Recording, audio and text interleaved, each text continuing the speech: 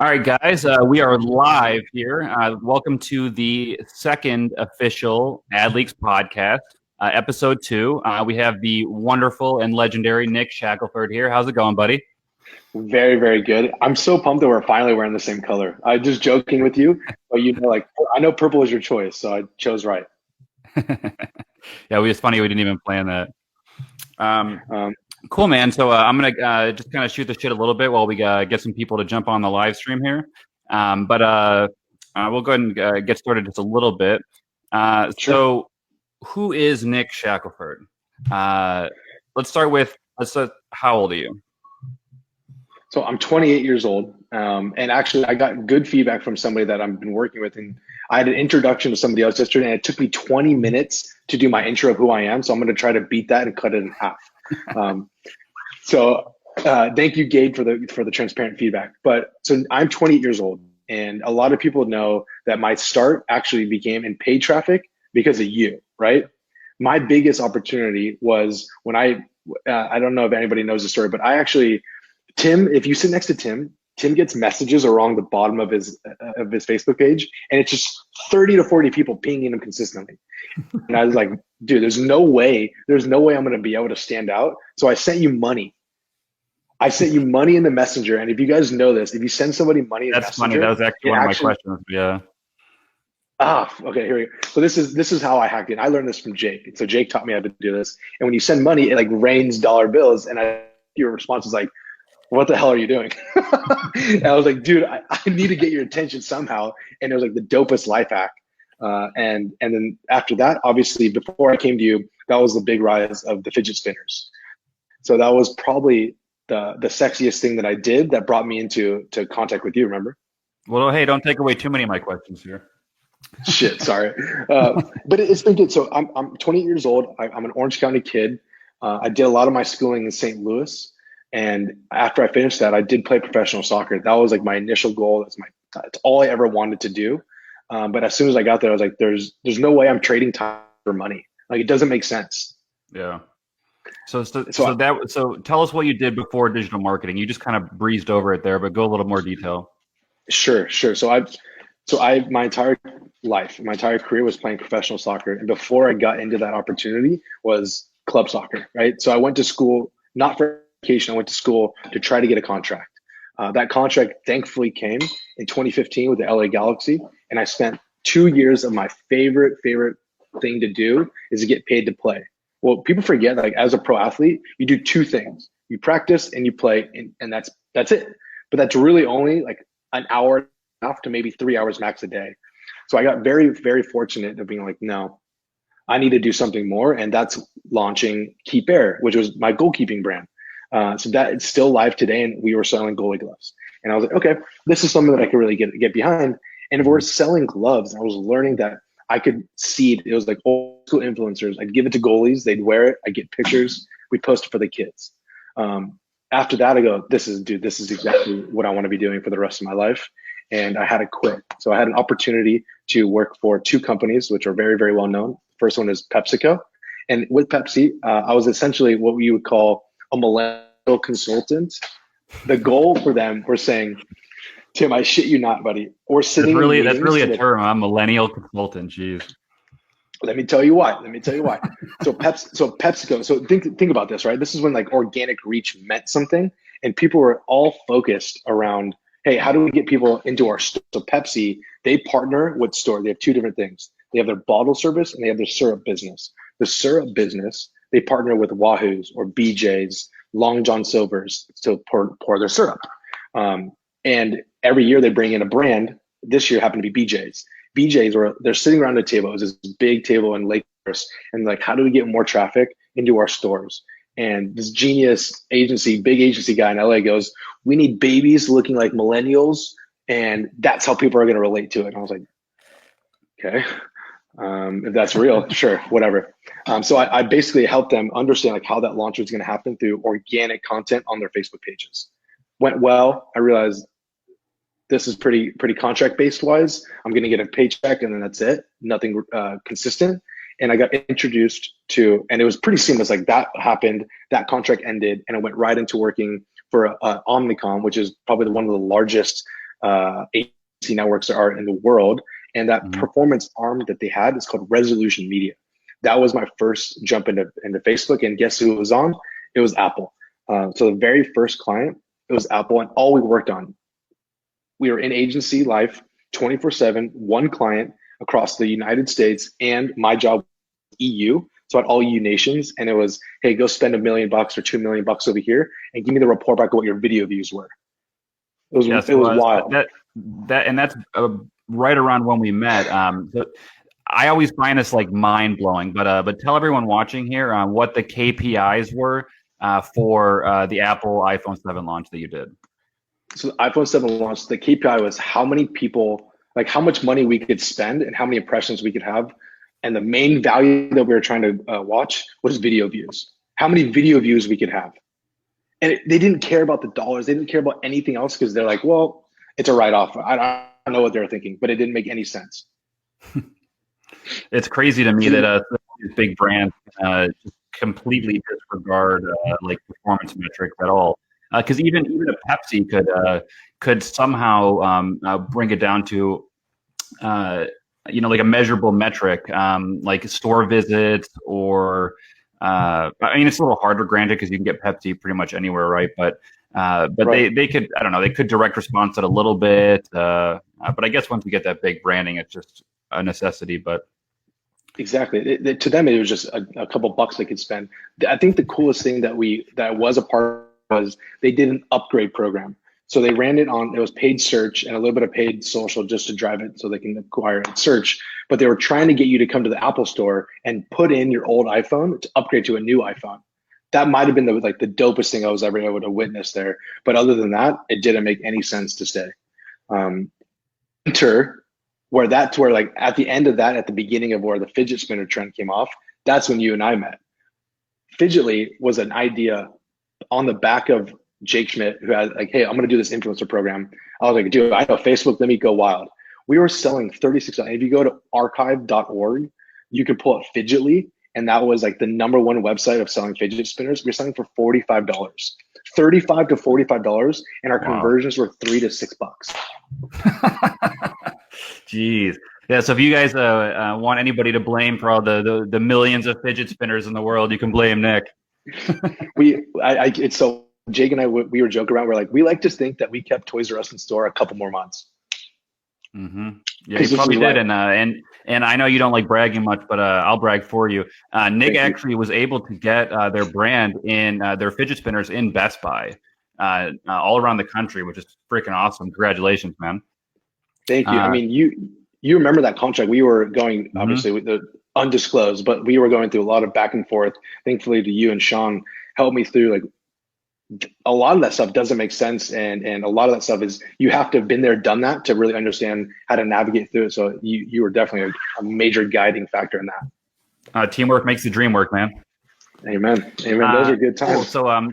So some of these questions also, actually, I mean, I know most of the answers, but obviously a lot of people watching don't. Are you married, single? What's your story there? Great question. So I do wear a ring. I am not married. Shanice is my partner. We own a home in Orange County.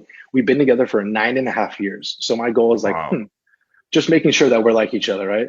No, we're planning on getting married eventually. I'm planning to probably like our 10-year anniversary it rings a bell to me. And we have 2 dogs. So obviously like Luca and Levi are like, if anybody has a consulting call or to me at home, you're going to hear snorting and like pig-like sounds because I have French bulldogs. You're just going to have to deal with it. So I asked Max Finn this question last week on the interview, and he had a great answer. So I'm going to ask you the same question. What are the KPIs you look for in a partner, wife, etc.? Oh my God, I have a great answer for this. Okay, so as you know, in our world, and I guarantee you, Max will feel the same way.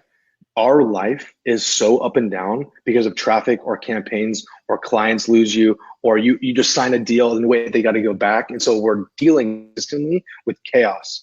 So when I get home, like if you see my home, it's all minimal. Shanice is as even keeled as possible because I can't take that much chaos in my personal life because everything else is wild.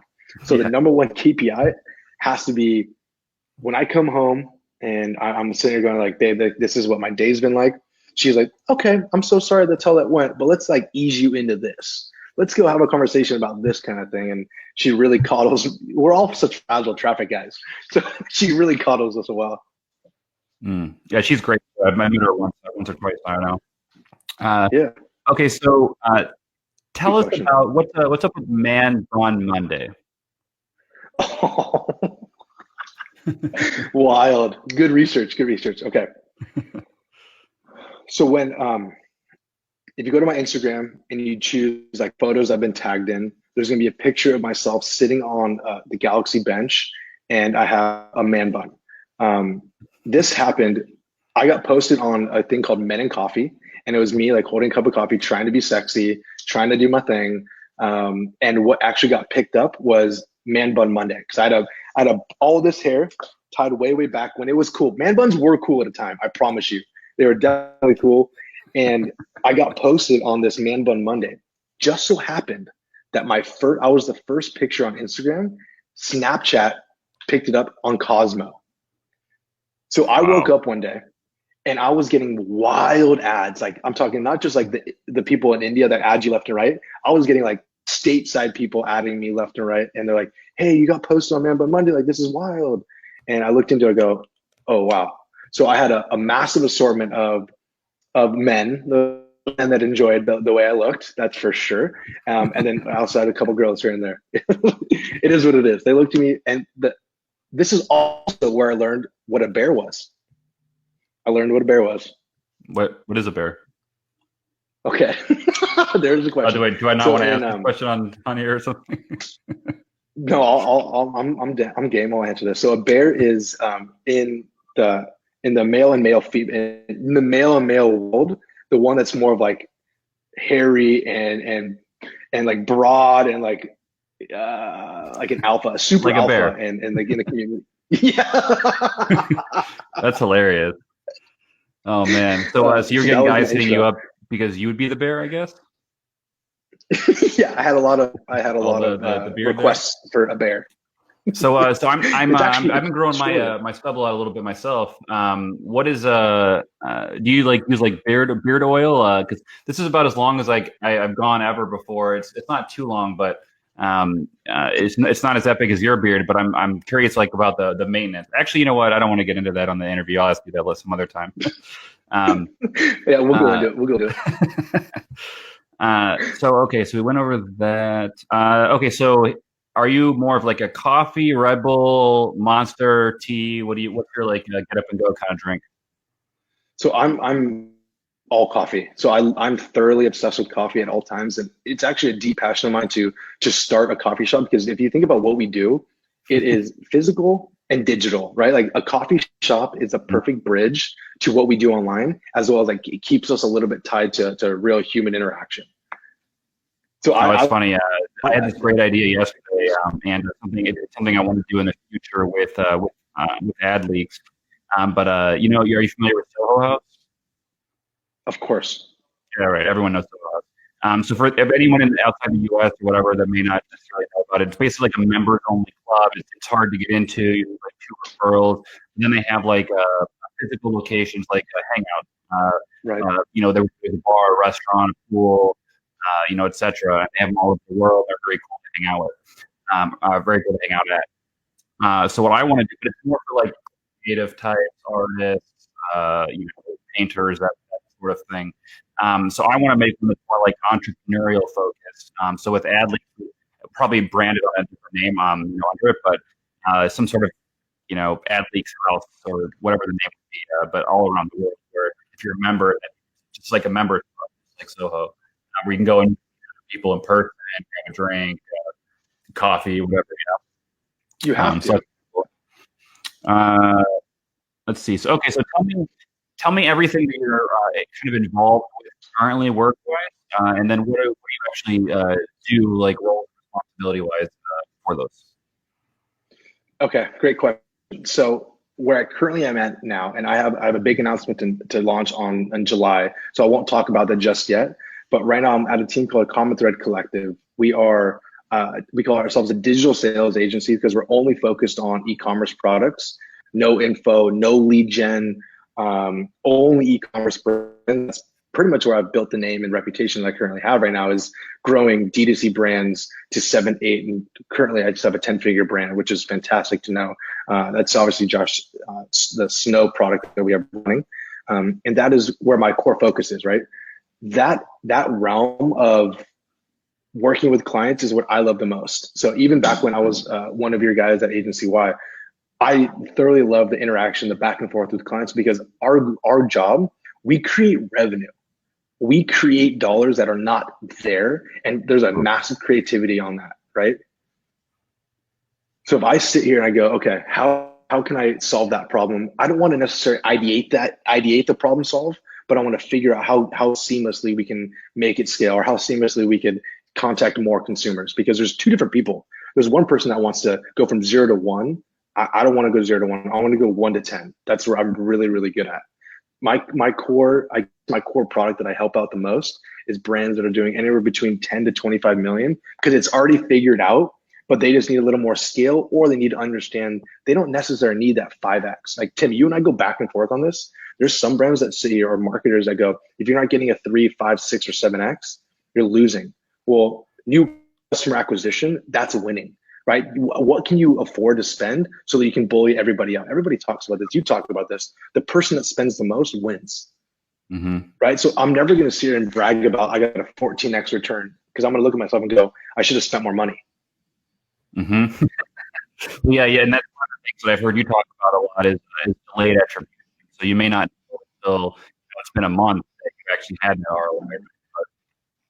So what have you found? It's kind of a random.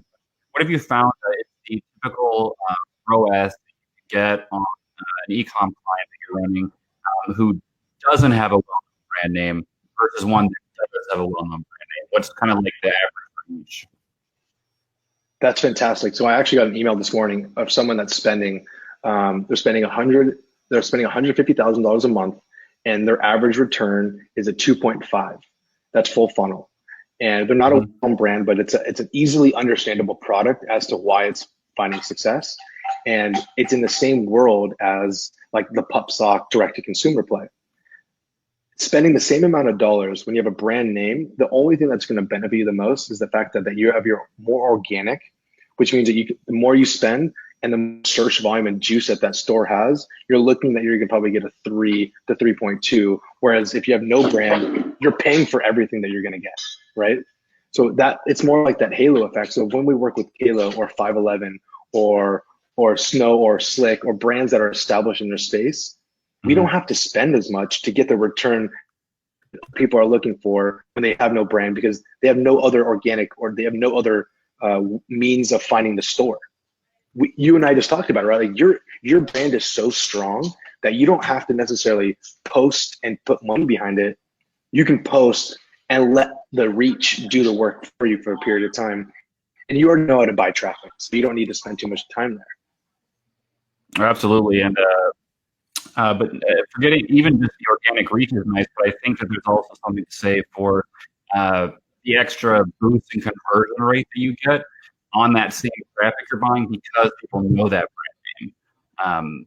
It's the same thing for hymns, right? Like someone was talking to me about hymns. Like if you look at that page, so if anybody is looking for a lot of really, really cool new D2C, like I would call them unicorn brands, look up Gin Lane. Gin Lane makes beautiful e-commerce experiences, but they're not performance focused. Like between the fact of like, are you going to be a brand that wants to win on brand, or you want to be a brand that wants to win on performance? Those are two different conversations, and those are two different e-commerce experiences.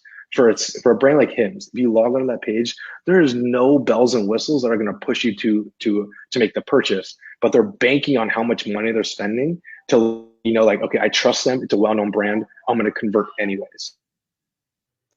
Whereas say I'm diving into the supplement space. I'm diving into the supplement space right now, and everybody knows that the margins in the supplement space, $7 for pre-workout, sell for $40, $50. Great margins. You can get a discount up front, but you're not winning because of the brand. You're winning because they're like, cheap enough.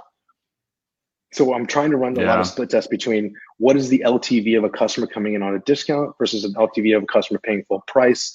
that is something that if anybody has studied, I know Maxwell is really all about this stuff. So Max, if you have any, shout out to you on your LTV calculator. I saw the ad leaks in the learning section. If someone wants to look through that, that's really, really good. Hell yeah, man. And that's one thing that I love about you is that you look at the full picture of where revenue is coming from, attribution multipliers, et cetera, to find out how much you can actually spend to acquire a customer. And that's something that I wish that more people did. So kudos there, and I'm glad you're pushing that. Let's see. Okay, so next question. What would you say is your biggest career win ever? Ooh, biggest career win ever.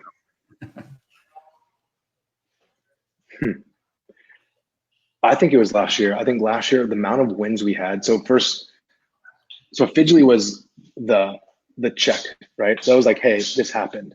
Yeah, I'm on a call here. There's no other place to talk. So Fidgely was like what put us on to a position to find success. But then to prove it again, I had to learn all the tactics. So I spent about 9 to 10 months with you learning, begging and trying to go like, give me reps. Well, then when we got to Comics Red and I was able to build off of like well-known brands or reputations that are established, we went back to back 3 times in a row. So when Pup Socks, $10 million in 32 days, I don't think I'm ever gonna be better than that. Second, you'll crush that goal eventually. Appreciate that. I hope so.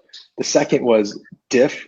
Diff went and did $275 in 2 days. That was a major win. And then Snow went and did back-to-back multi-million-dollar months off of like whatever traffic they had originally. We quadrupled that. And so that was a super solid year. And all 3 of them went on to be Facebook case studies. Right now, my biggest focus has been on understanding like other channels. Like it can't just be Facebook anymore. Like I'm so bummed that Facebook ad buyers group is so large because now we have to start creating Snapchat buyers. Maybe Twitter comes back. I don't think so, but there's other traffic sources that need to be spoken about, or else it doesn't make sense. That's why I got groups for native, email marketing, Google, etc. Because I agree, I don't think you can ever really rely on one channel. It's just not smart. Of course. What do we got here next? Okay, so I, along with everybody else, I think I've heard you talking about scaling hard a lot.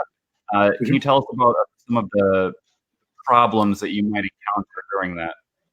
Oh, I think this is the number one problem that we encounter, and we're dealing with it right now after Memorial Day. So a lot of people talk about like that post-sale slump, and what they forget to do is they don't let their evergreen content continue to run. People running during a sale, the communication of the sale is still on the site, so there's no issues of turning it off. Why would you turn that off? It's already working for you. Let your sale ads drive some of that top of the funnel traffic, and don't turn off the evergreen stuff, because if you turn off the evergreen when you have a sale, you will hit a bigger slump than you would have without it. Because the way we like to run sales, and I specifically, is I think I talked about this at the iStack event for Q4, is you spend all your time teasing the sale, right? You have to tease it for at least 2.5 weeks, because a sale is not really just the weekend you're running for, the 2 days. It's 3 sets. It's the 2 weeks before where you're priming. It's the week of the sale where you launch it. And it's the post of the sale where you're either quote unquote extending or trying to build up the new prospecting audiences to then run another promotion too.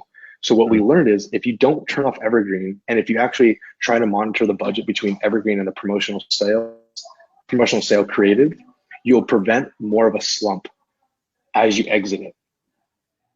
That makes perfect sense. And don't be afraid, because people also forget to spend more money. It goes back to the delayed attribution. Understand what you did.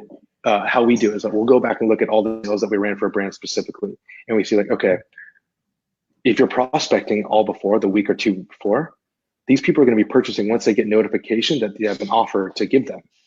So you have to look back 2 weeks before the sale to see what the lift could potentially. That's where a lot of the mistakes happen. Absolutely.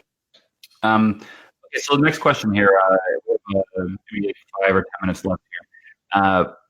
What is your biggest screw up, and what did you learn from it?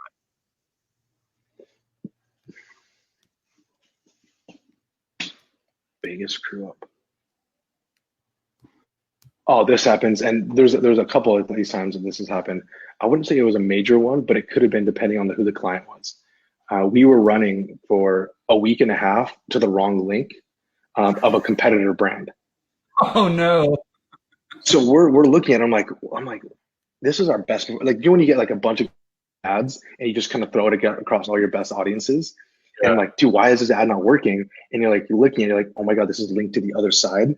And here's the worst part: when you have a client and you bill them for ad spend that isn't going to their site, that is the most, you just have to you have to credit it. There's no way around it. So I would love to know, as marketers, like what are like the number one mistakes that people have? I think it's broken links. I think it's running to sold out products. Like, what else have people experienced? I would love to know. Definitely people not checking their pages on their phone to see what they look like. I've seen that mistake all the time. People don't even look at it on the phone. And it could look terrible. They look on desktop, like, oh, good to go. But then on mobile, you can't even like look at the card or something. Ridiculous. Okay, so let's see here. Well, here's a way that. Sorry, go ahead. There's one major people are shop append, auto append promo code. What does that? But you get the link and already put it in the append promo code to the link. So if you look right now, if you go better.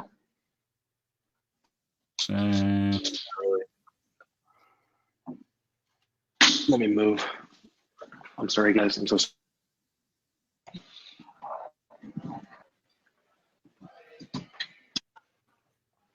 Is it a little better, Tim? You got me, boss? It takes a second. Okay. I just moved to a new spot, so hopefully it's a little better.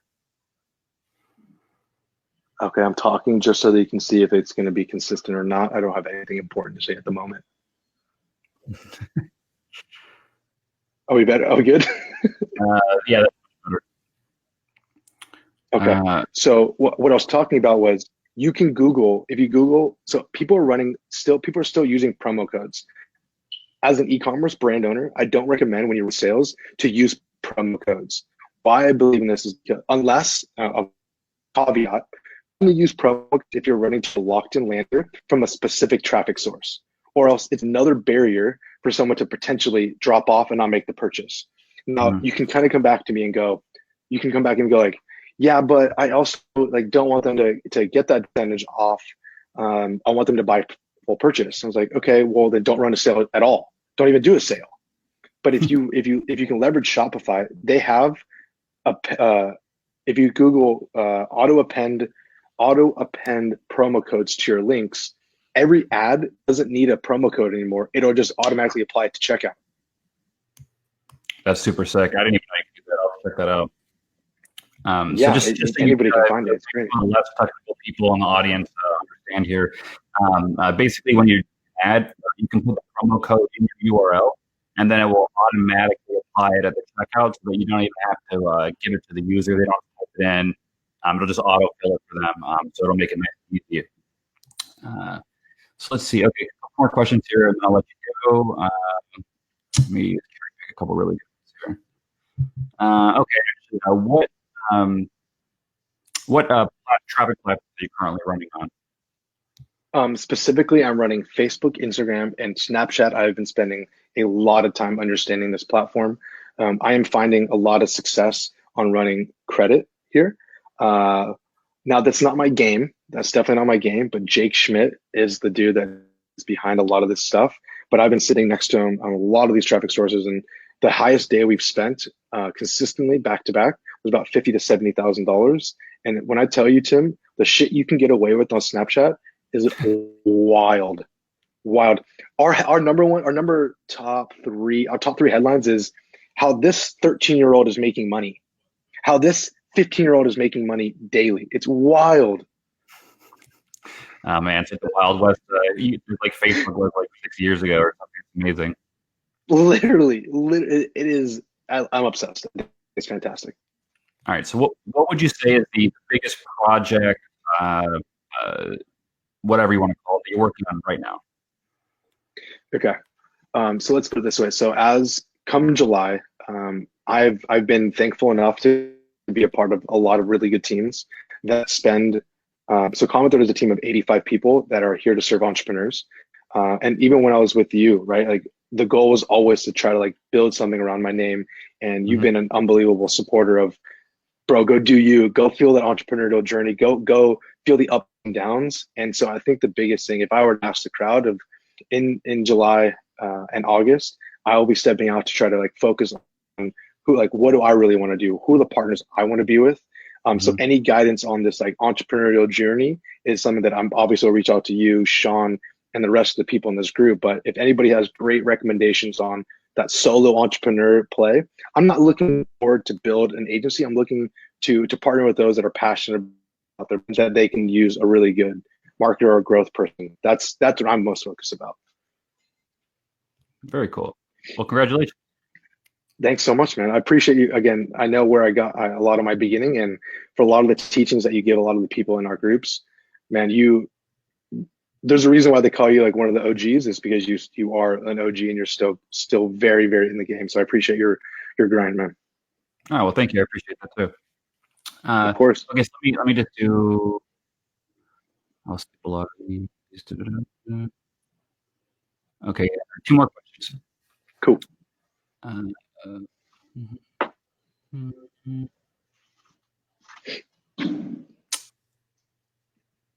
Okay, so a lot of people have issues with creating creatives, right? Videos especially are more a pain in the butt now these days. The fact that you need them, I guess, in general, whereas you didn't need to before. What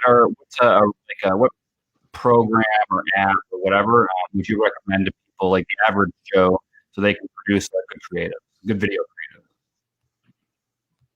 creative? Great. This is a fantastic question. So there's two people that I've been working very, very closely.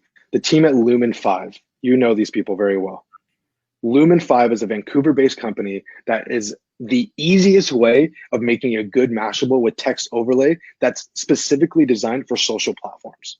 Like it's foolproof for people to log in and do this. And I think the lowest program, and I have no affiliation with these guys, the lowest program is like $30 to $40, and it's drag and drop. Very, very simple. Second, Facebook specifically, you can dump a bunch of stills and they'll do your own little Mashable. They'll do your own little slideshow, and that's exactly where I would start with. Now, once people need to be leveraging dynamic creative testing. Now, there's a really big advocate in this group. Her name is Savannah Sanchez, and she's a fantastic marketer that I've been working with, using DCT to test headline, body copy, and text. And then we call it like super ads, taking the best of all of it and then running it into our best performing audiences, has taken like the guesswork out of what I used to have a really, really systematic testing framework of spend X dollars, run it for 4 days, take the winner and evaluate. DCT is a no-brainer, especially running it at remarketing level. I've been preaching about this left and right. I think there's a massive opportunity for people to leverage just the tools that Facebook are giving you. Don't make it any more difficult than it really is. If anything, it's making it easier. Absolutely. And I've seen a lot of success with dynamic creatives also. I've been testing them heavily for the last couple of months and loving it, honestly. Like you said, it's actually making things way easier than it used to be. So thank you, Facebook. Yeah, literally. All right, last question for you, bro. What is the best way for people to reach out to you for consultation, services, or just hang out and say hi? Sure. So obviously, I'm in AdLeaks daily. That's like my place to go to. The conversations there are, do you know when you have conversations with people and you feel like kind of drained afterwards? Everybody's cup is. No, we're good. We're 2 full cups pouring into each other. So that's how I view our relationship for sure. But AdLeaks, I spend a lot of good time in there. Second, my email is nick@structured dash. There's a dash in our social, easy to get there. Instagram, I'm all about the Instagram game. I am Nick Shackelford. And I think you probably own the domain that I bought under your name. So I probably need to get that back. I think you own that, but I'm happy to give it to you if I do. It should be in your Okay, I'll check my GoDaddy. But Yeah, you can. I'm very active in the groups. Obviously, Facebook ad buyers. I'm all about this space. So I love everything we do here, and whether it's marketing or e-commerce, I will absolutely geek out on all of this.